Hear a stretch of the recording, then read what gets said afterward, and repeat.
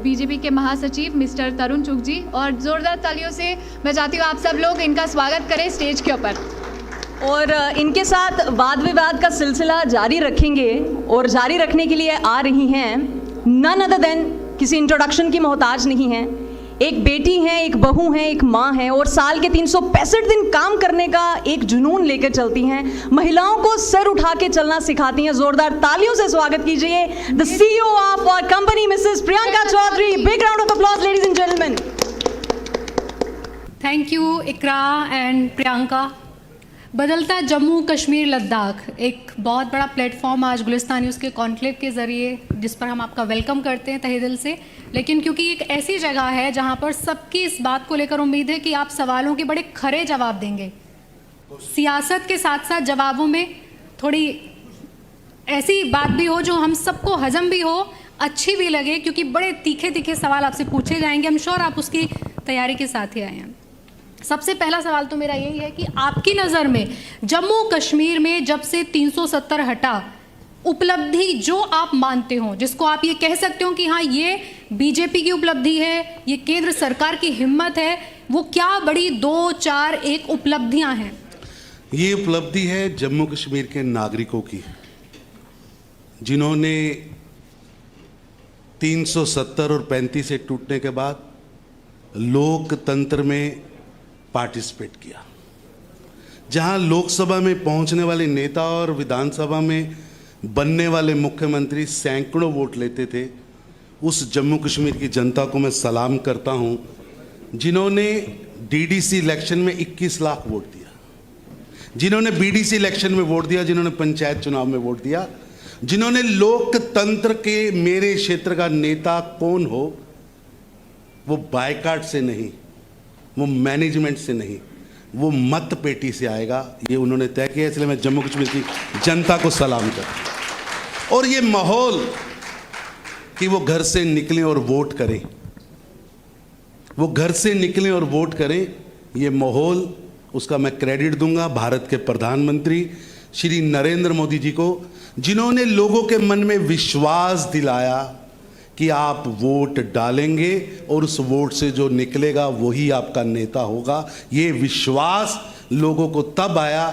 जब उन्होंने नरेंद्र मोदी जी का विश्वास लोगों का जीता, और उस विश्वास का एक दृश्य आज आपको दिखता है कि कश्मीर के 10 डिस्ट्रिक्ट हों या जम्मू के 10 डिस्ट्रिक्ट हों, दोनों के दोनों यहाँ लोग वोट करने के लिए निकले और लगभग 21 लाख लोगों ने वोट किया।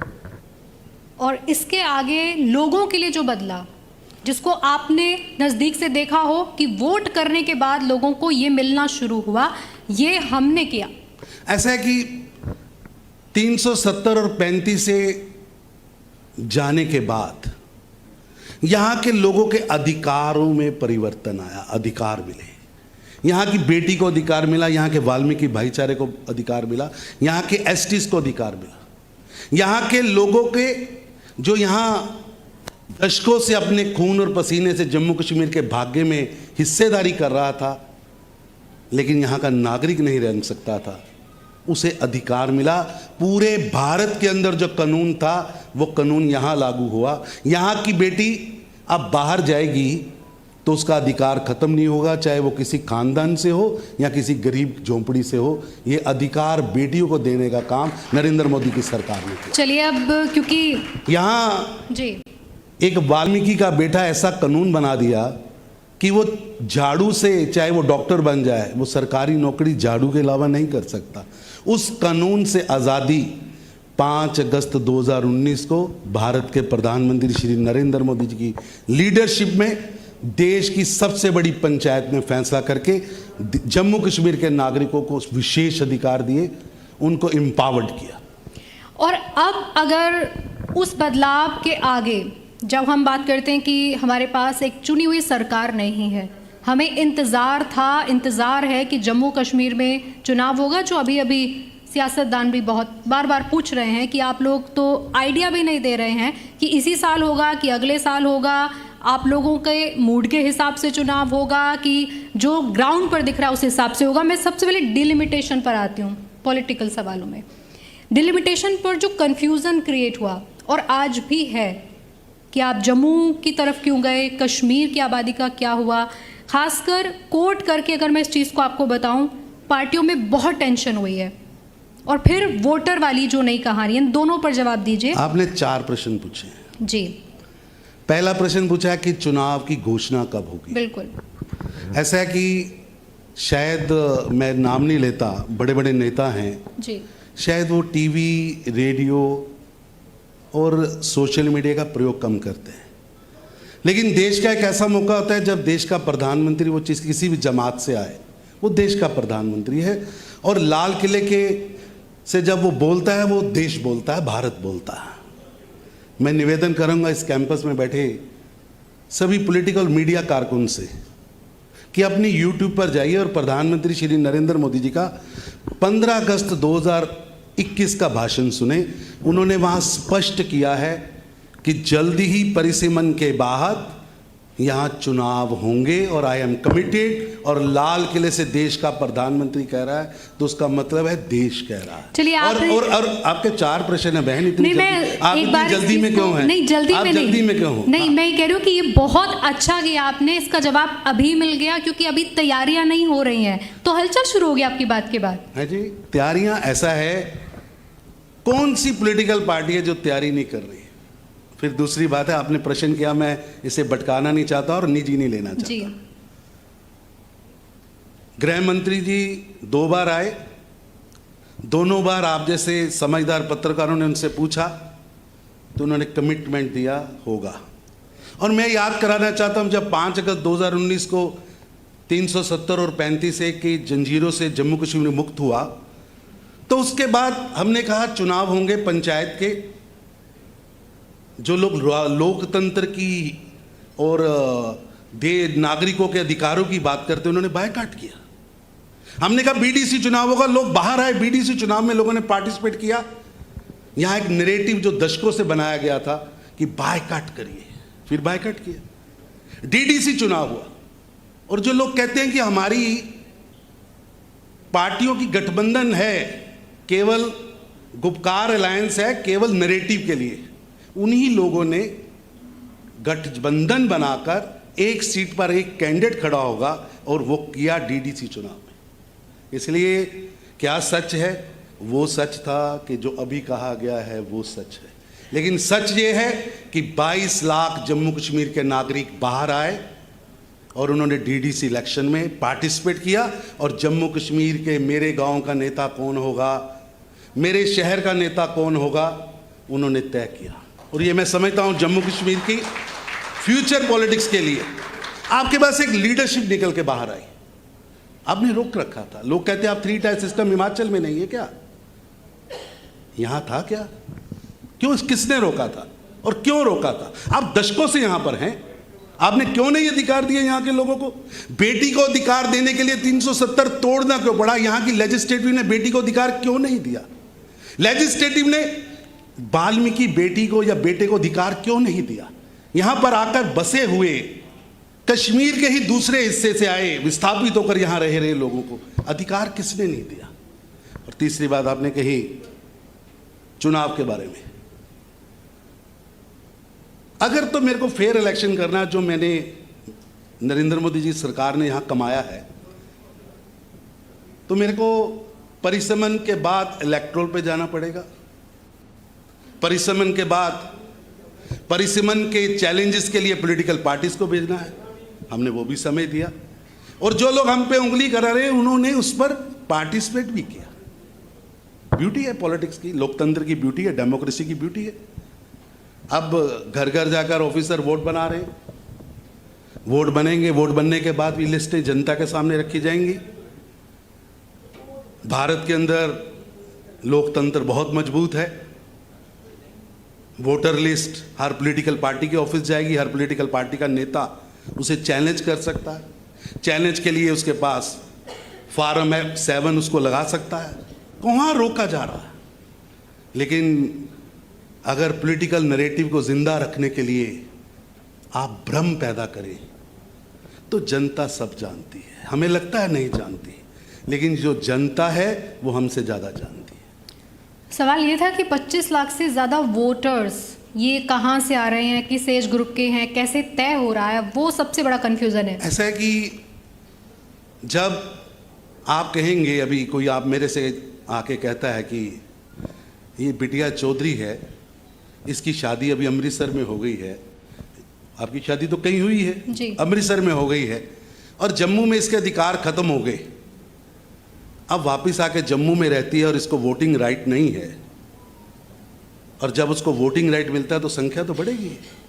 नंबर 2, जिन लोगों को आपने कई साल इन अधिकारों से वंचित रखा कि आप लोकसभा में तो वोट कर सकते हैं लेकिन विधानसभा में वोट नहीं कर सकते, अब उनके पास भी तो अधिकार आया है। संख्या आने दीजिए, पट्टी खुलने दीजिए, बस्ता खुलने दीजिए, आपकी पार्टी के कार्यालय में भी वो लिस्टें जाएंगी, लेकिन आपके नैरेटिव के बलि पर जम्मू कश्मीर के नागरिक की बलि नहीं दी जाएगी। जो जम्मू कश्मीर का नागरिक है उसे वोट का अधिकार मिलेगा। और मैं कहना चाहता हूं, बड़े बड़े नेताओं से पूछना चाहता हूं, 7 दशक पूरे देश के अंदर 2 तरह की लिस्टें बनती हैं, एक विधानसभा और लोकसभा के लिए एक लिस्ट, और कारपोरेशन पंचायत चुनाव के लिए दूसरी लिस्ट। केवल जम्मू कश्मीर एक ऐसा प्रांत था जहां 3 लिस्टें बनती थी। तरुण चुग अगर जम्मू कश्मीर का नागरिक है, यहां रह रहा है, वो लोकसभा में तो वोट कर सकता है लेकिन विधानसभा में वोट नहीं कर सकता। ये उसके अधिकारों का हनन नहीं था?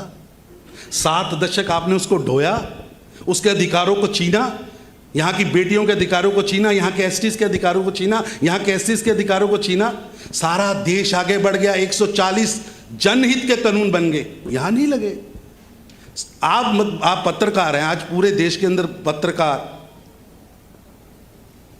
कोई सोशल एक्टिविस्ट सरकार के दफ्तर में जाता है, 10 रुपए की पर्ची लगाता है, सरकार से पूछता है मेरा पुल बना था, किस ठेकेदार ने बनाया था? उस 10 रुपए की पर्ची के मुताबिक सरकार को जवाब देना है कि ये पुल किसने बनाया था। वो दूसरी 10 रुपए की पर्ची लगाता है, अधिकार है उसका, ये पुल का ठेका किसको मिला था, उसमें पैसे कितने खर्च हुए, ईंट कितनी लगी, सीमेंट कितना लगा। 7 दशक राज करने वालों ने वो अधिकार यहाँ की जनता को क्यों नहीं दिया? देश के पूरे सभी स्टेट्स में वो अधिकार था, यहां नहीं था, क्यों नहीं था? क्या वो अधिकार यहां की जनता को देना बनता है कि नहीं बनता है? हमने दिया है, हमने दिया है। और जो लोग ये कहते हैं कि नहीं दिया है तो बताएं, सामने आए। मैं तो आपको कहता हूं, आपने एक अच्छा प्लेटफॉर्म दिया है, लेकिन मैं अपनी बात कह रहा हूं, कोई अपनी बात कर रहा है। मौका दीजिए, कभी समय लगाइए, स्टेज लगाइए, हम सब मिलके बात करें, पता तो लगे गलत कौन है। जनता जानना चाहती है कि गलत कौन है। और अधिकार मिलने से, एम्पावर्ड होने से डेमोक्रेसी मजबूत होती है, कमज़ोर नहीं होती। डेमोक्रेसी मजबूत होती है। अब मैं आती हूँ एक ऐसे मुद्दे पर जिसको लेकर थोड़ी फिगर्स नहीं मिल पा रहे हैं कि ये कैसे होगा। आपका सबसे बड़ा मुद्दा था कश्मीरी पंडितों को वो श्योरिटी मिलेगी, वो सुरक्षा मिलेगी कि वो जहाँ हैं कश्मीर में रुकेंगे, खुशहाल जीवन होगा, और जो वापसी चाहते हैं उनका सपना पूरा होगा। देखिए, उसका क्या हुआ? इस प्रश्न के 2 हिस्से हैं। जो लोग आज खिल्ली उड़ा रहे हैं कि वो कैंप में थे, इस कैंप से दूसरे कैंप में चले गए, मैं दिल पे हाथ रख के कहता हूं, उनसे पूछना चाहिए वो कैंपों में आए क्यों? वो तो गदरबल में, हब्बा कदल में, सोनावर में अपने घरों में सोए थे। जब 89 नवंबर और दिसंबर था, सत्ता पे कौन था? मैं इस स्टेट का सीएम हूं, मैं रक्षक हूं, मेरी जिम्मेवारी यहां के नागरिकों की रक्षा करना। मैंने शपथ ली है नागरिकों की सुरक्षा और रक्षा की, कि नागरिकों में खास मजहब की सुरक्षा की और खास मजहब की ना सुरक्षा की। कौन था 89 नवंबर में? किनके कारण वहां से विस्थापन हुआ? जवाब तो देना पड़ेगा। लाखों लोग विस्थापित होकर ट्रकों में बैठकर, बसेस में बैठकर, रोते हुए बच्चों को सीने पर लगाकर जम्मू, दिल्ली, मुंबई,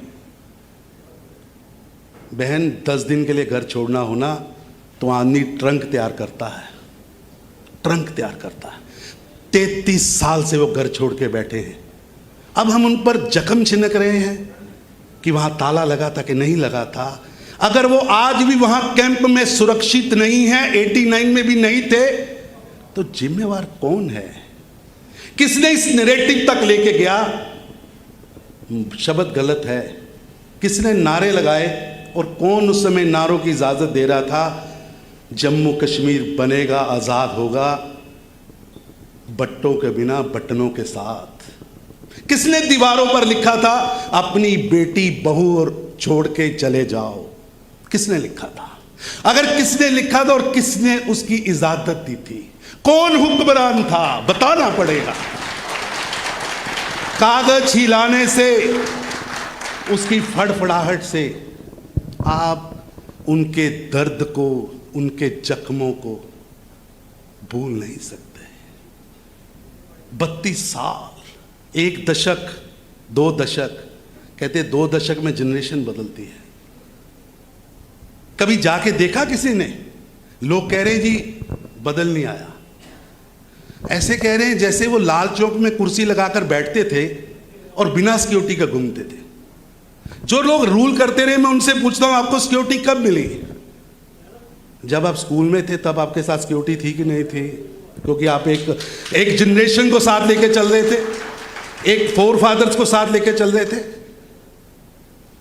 जब आप स्कूल में पढ़ते थे आपके पास सिक्योरिटी थी, लेकिन 89 में वो सिक्योरिटी आपकी तो सुरक्षा कर रही थी, लेकिन कश्मीरी पंडित की नहीं कर रही थी। विस्थापन होना चाहिए, वापस जाने चाहिए। माहौल किसको बनाना है?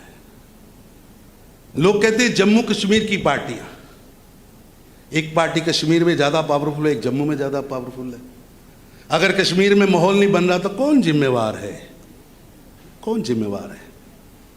और अगर कोई गणित की बात करता है, संख्या की बात करता है, मैं बिल्कुल सहमत हूं कई मित्रों से कि लाशों की संख्या नहीं गिननी चाहिए, लेकिन अगर संख्या ही पैमाना है तो 90 से लेकर 89 से लेकर 2019 तक कौन सत्ता में था? वो नागसनी की घटनाएं, जब बच्ची को काट दिया गया, वो सामूहिक बलात्कार, वो बारातों की बारातें लुट गई, बारातों की बारातें मार दी गई, वो हत्याओं का दौर, वो घरों का दौर, वो जले हुए घर, सुनसान शहर, एक दिन का दौर नहीं है। क्यों इस्तीफा दिया था आपने 15 जनवरी को? जनता को बताइए, जनता जानना चाहती है।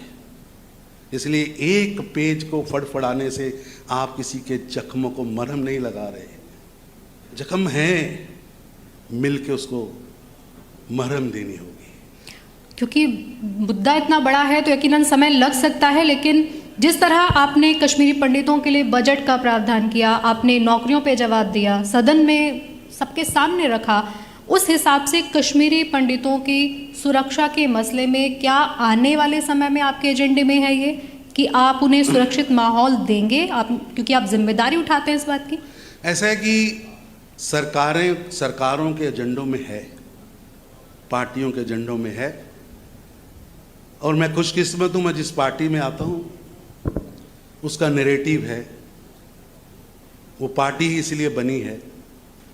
हम उसके लिए हर परसक प्रयास करेंगे, लेकिन मसला सरकार का है ही नहीं।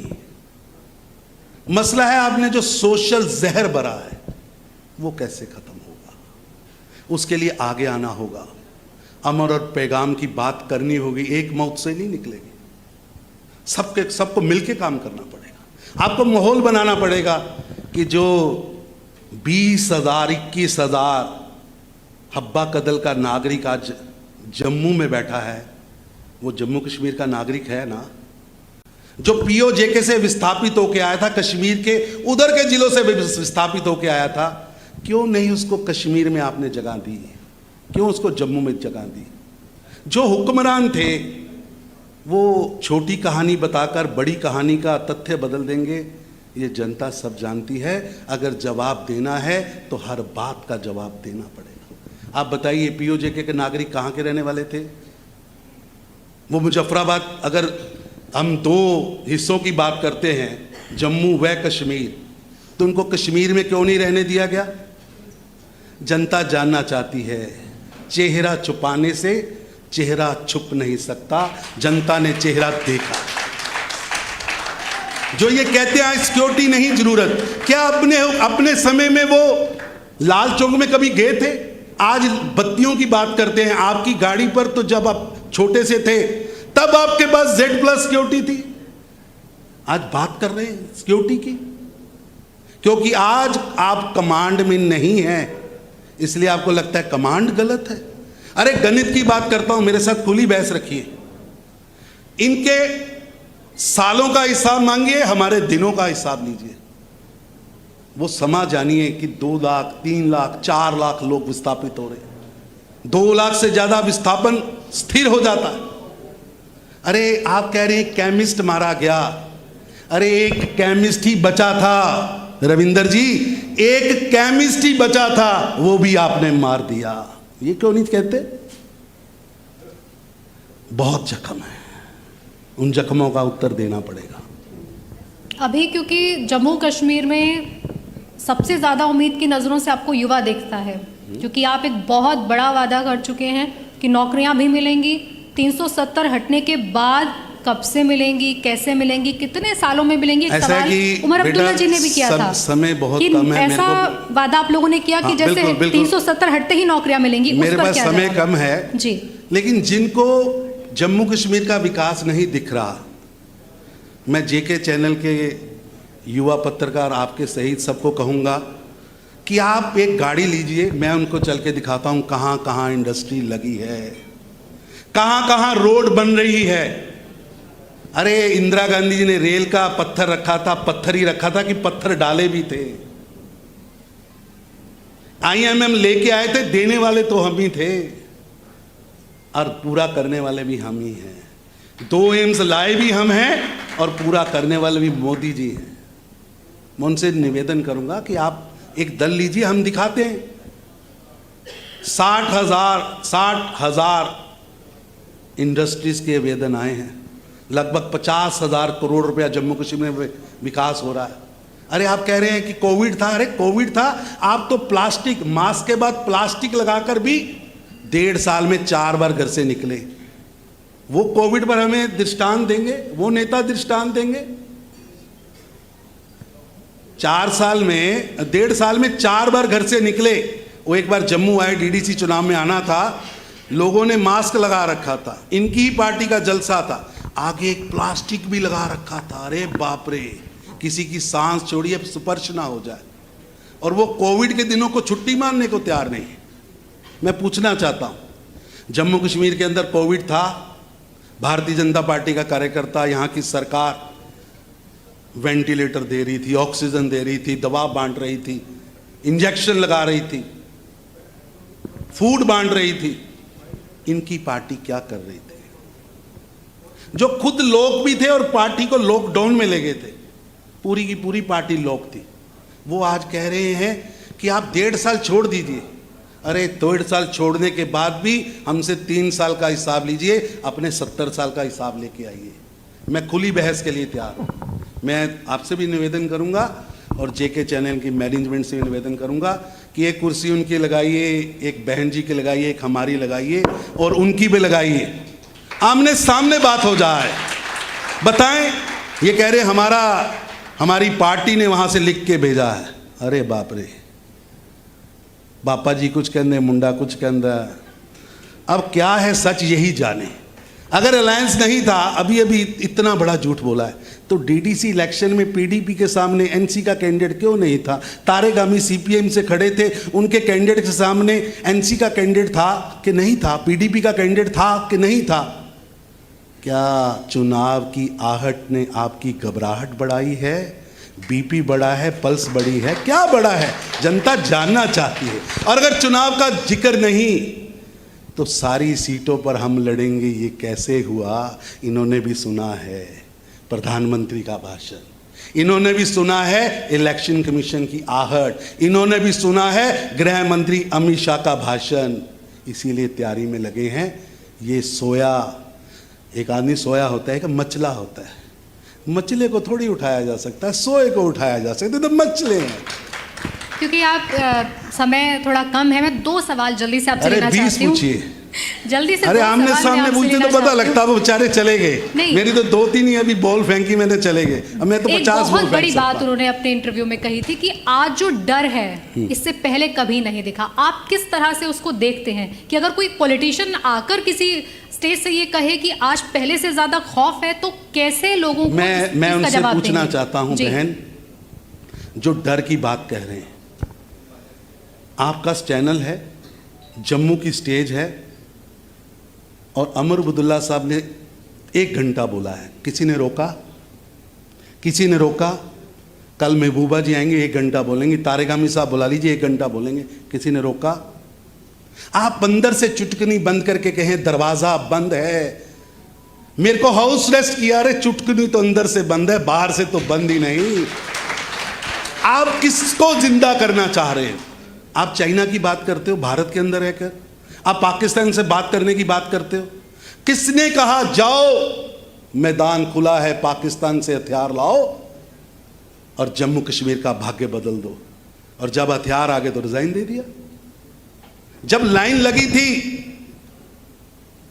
बटौत से लेकर जम्मू तक, श्रीनगर से लेकर बटौत तक, और उस ट्रकों के अंदर जम्मू कश्मीर की बेटियां अपने बच्चों को लेकर, बुजुर्गों को लेकर इसलिए घर से निकली थी कि 10 दिन बाद वापस जाना है। 10 दिन बाद मैंने हब्बा कदल पहुंचना है, 20 दिन बाद जाकर शंकराचार्य में पूजा करनी है। 32 साल, 31 साल बीत गए। आपको दर्द आया? कभी लगा कि अब्दुल्लाज, मुफ्तीज, नेहरूज ये सभी गए हों उन बस्तियों में जाके माफ़ी मांगी हो कि हमारी गलतियों के कारण आप जम्मू कश्मीर के नागरिक हैं? मैं जम्मू कश्मीर का मुख्यमंत्री था जब आप विस्थापित हुए थे, मैं आपके चरण पकड़कर माफ़ी मांगता हूं। काका, जब मैं मुख्यमंत्री था तो आपके घर पे लिखा गया था संतोष को छोड़ जाना और खुद चले जाना। संतोष यानी उस घर की बेटी को नहीं लिखा था? आप कहां थे उस समय? आप क्यों रूल कर रहे थे? और आपसे सिमट नहीं रहा था तो रूल क्यों कर रहे थे?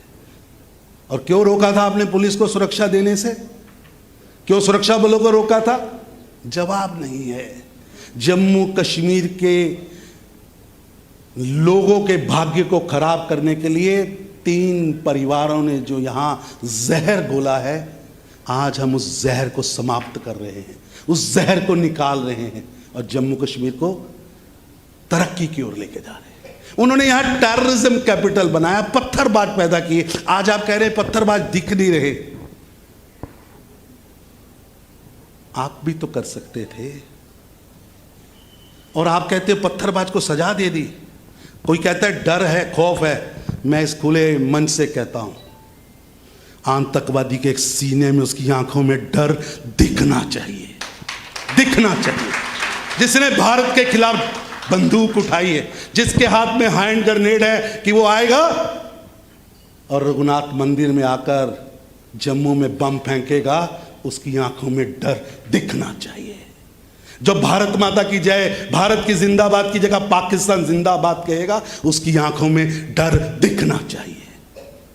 जो ISIS का झंडा घंटाघर श्रीनगर में चढ़ाएगा, आज अगर वो चढ़ा नहीं सकता, उसकी आंखों में डर है, तो मैं कहता हूं ये डर दिखना चाहिए। ये देशभक्ति का डर, देश की सुरक्षा का डर, उसको दिखना चाहिए, दिखना चाहिए।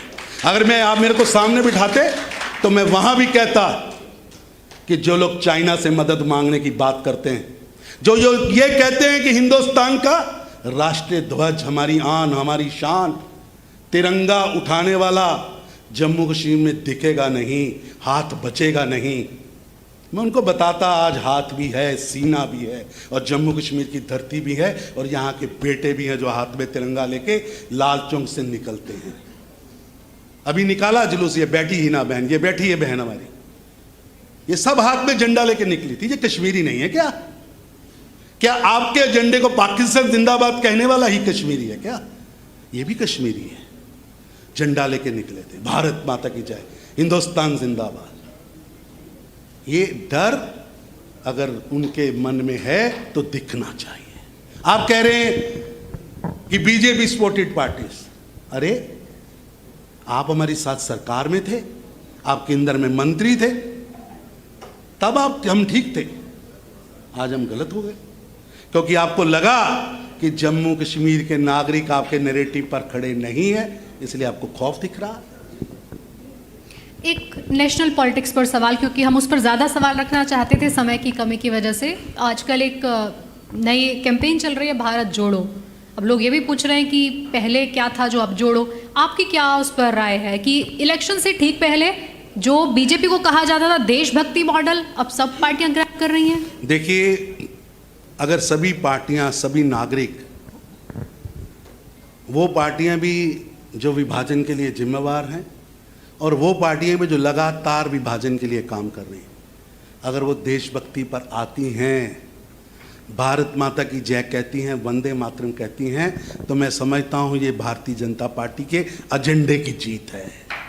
ये हमारे एजेंडे की जीत है कि यहाँ की कन कन भूमि, यहाँ की एक एक कन मेरी मातृभूमि है। ये एजेंडा 1950 के दशक में जब श्यामा प्रसाद मुखर्जी माधोपुर के बॉर्डर पर खड़े हुए थे और जम्मू कश्मीर की ओर बढ़े थे, तो उन्होंने एक ही लॉजिक दिया था जलंधर के अंदर खड़े होकर, जम्मू कश्मीर भारत का नागरिक है, भारत का अंग है, और भारत के नागरिक होने के नाते मैं बिना परमिट जम्मू कश्मीर के अंदर एंटर होऊंगा।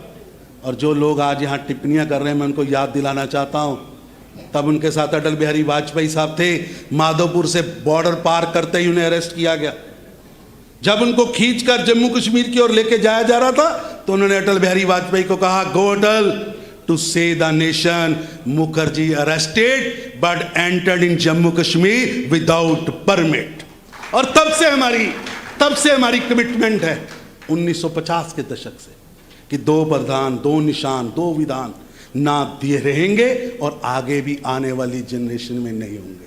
जो लोग लगता है कि शुक्र है मैं हैरान था, वो कहते हम आंदोलन नहीं करेंगे, हम डेमोक्रेटिक तरीके से चलेंगे। अरे डेमोक्रेटिक तो कहती जनता के पास जाओ, क्योंकि जनता जानती है, जनता पहचानती है कि 370 के 70 साल के दशक ने जम्मू कश्मीर का नुकसान किया है, इसलिए जनता के पास नहीं जाते। शुक्र है कोर्ट के पास गए, ये तो पाकिस्तान जा सकते थे। और आज बड़ी बड़ी लेजिस्लेटिव की बातें मैं सुन रहा था, मैं इनसे पूछना चाहता हूं, प्रेमनाथ डोगरा ने जब कॉन्स्टिट्यूशन असेंबली के लिए प्रजापत की ओर से यहां पर्चे दाखिल किए, तो 62 कैंडिडेटों के कागज रद्द कर दिया आपने, 62 आउट ऑफ 70। आप कॉन्स्टिट्यूशन और लोकतंत्र की बात करते हैं। कितनी देर प्रेसिडेंट रूल रहा, कितनी देर यहां पर गवर्नर रूल रहा, और हम कह रहे हैं हम यहां पर समानता की बात करते हैं। लोग आज कह रहे हैं जी, मैं उनसे पूछना चाहता हूं, आयुष्मान भारत लागू की यहां पर मोदी साहब ने, 1 करोड़ 25 लाख जम्मू कश्मीर के नागरिकों को एक समान अधिकार दिया। 4,40,000 जम्मू कश्मीर के नागरिकों ने आयुष्मान के अंदर अपने ऑपरेशन कराए। किसी मां ने घुटना बदला है, किसी की आंत का ऑपरेशन हुआ है। 4,40,000 मेरे पास सूची है, अगर आप कहेंगे मैं मुफ्ती साहब को भी दे दूंगा, बहन को भी दे दूंगा, अब्दुल्ला साहब को भी दे दूंगा और तारिक अमीर साहब को भी दे दूंगा। आजकल कांग्रेस का नेता कौन है मेरे को मालूम नहीं, अगर वो भी होगा तो उसको भी दे दूंगा। 4,40,000। हमने तो नहीं पूछा कि आपका घुटना खराब है, आप किस धर्म से हो, आप किस रीजन से हो, आप ऊपर के हो कि नीचे के हो, आप डोगरा हो कि कश्मीरी हो, आप पंडित हो कि पहाड़ी हो, आप गुज्जर हो कि एससी हो, आप जम्मू कश्मीर के नागरिक हैं। आपको 5 लाख रुपया मेडिकल इंश्योरेंस मिलता है और 4,40,000 जम्मू कश्मीर के नागरिकों ने उसका इस्तेमाल किया है। 3 लाख घर मिले हैं, मेरी हिना बहन ने कईयों को दिलाए। अभी तो लंगड़ा रखा था, हमने उसकी टांग पूरी की। किसी से नहीं पूछा कि तुम्हारा धर्म क्या है। हमने रसोई गैस बांटे, देश के अंदर 12 करोड़ रसोई गैस बांटे। किसी से पूछा आप क्रिश्चियन हो, रसोई गैस नहीं मिलेगा। आप मुस्लिम हो, आपको मिल जाएगा। आप बुद्धिस्ट हो, आपको नहीं मिलेगा। अरे भारत का नागरिक हो, गरीब हो, रसोई गैस ले जाओ। आपके घर में शौचालय है कि नहीं है? आप भारत के नागरिक हैं, आपके घर में शौचालय सरकार बनाएगी। यह है नरेंद्र मोदी। आप रीजन के हिसाब से देश बांटते हो। यहां एम्स बनेगा, यहां, अरे जम्मू कश्मीर की एक एक इंच भूमि भारत की भूमि है। जितना कठुआ अच्छा है उतना ही बारामूला मेरे लिए अच्छा है। अहब्बा कदल भी उतना अच्छा है जितना हमारे लिए अनंतनाग अच्छा है। अरे पूरा जम्मू कश्मीर हमारा है, हम सब यहाँ के नागरिक हैं। आप यहाँ बैठकर टिप्पणियाँ करते हो क्योंकि जम्मू कश्मीर से कोई कह रहा है मैं विकास की बात करूँगा, आपके अलावा कह रहा है, आपको बर्दाश्त नहीं हो रहा। मैं ना उनका नाम ले रहा हूँ ना उनका नाम ले रहा हूँ कि भी जम्मू कश्मीर में, अरे भैया आप भी तो किसी के कंधों पर 80 के दशक में सत्ता में आए थे, 90 के दशक में आए थे। आज आपको नैरेटिव बुरे लग रहे। तरुण चुग जी, बहुत बहुत शुक्रिया, आपने इतना समय दिया और इतनी इत्मीनान से सवालों के जवाब दिए।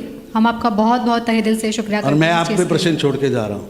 बिल्कुल, बहुत सारे सवाल मैं हैं आपसे ये प्रश्न छोड़ के जा रहा हूँ, आपसे निवेदन है कि प्रधानमंत्री नरेंद्र मोदी जी ने एक संकल्प लिया है जम्मू कश्मीर को आगे बढ़ाने का। मैं धन्यवाद करता हूँ आपकी मैनेजमेंट का, सुभाष जी का, कि आपने 370 के बदलाव की आंकलन करने की कोशिश की है, शुरुआत की है। मैं चाहता हूं कि इसके ऊपर ओपन डिबेट्स हो और इस प्रदेश का ठेका नहीं लिया है 3 परिवारों ने।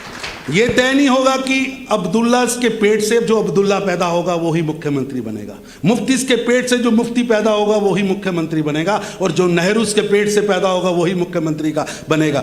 जम्मू कश्मीर का आग नागरिक किसी का भी बेटा हो जिसे जम्मू कश्मीर की जनता चाहेगी वो मुख्यमंत्री बनेगा। आइए ना बहस करिए कि आप ही क्यों, आपका परिवार ही क्यों, कोई और क्यों नहीं, और क्यों नहीं। और ये भी तय करिए कि 31 साल जम्मू कश्मीर को आग के लिए, आग पर किसने सेका, किसने आग पर छोड़ा, आप क्या कर रहे थे?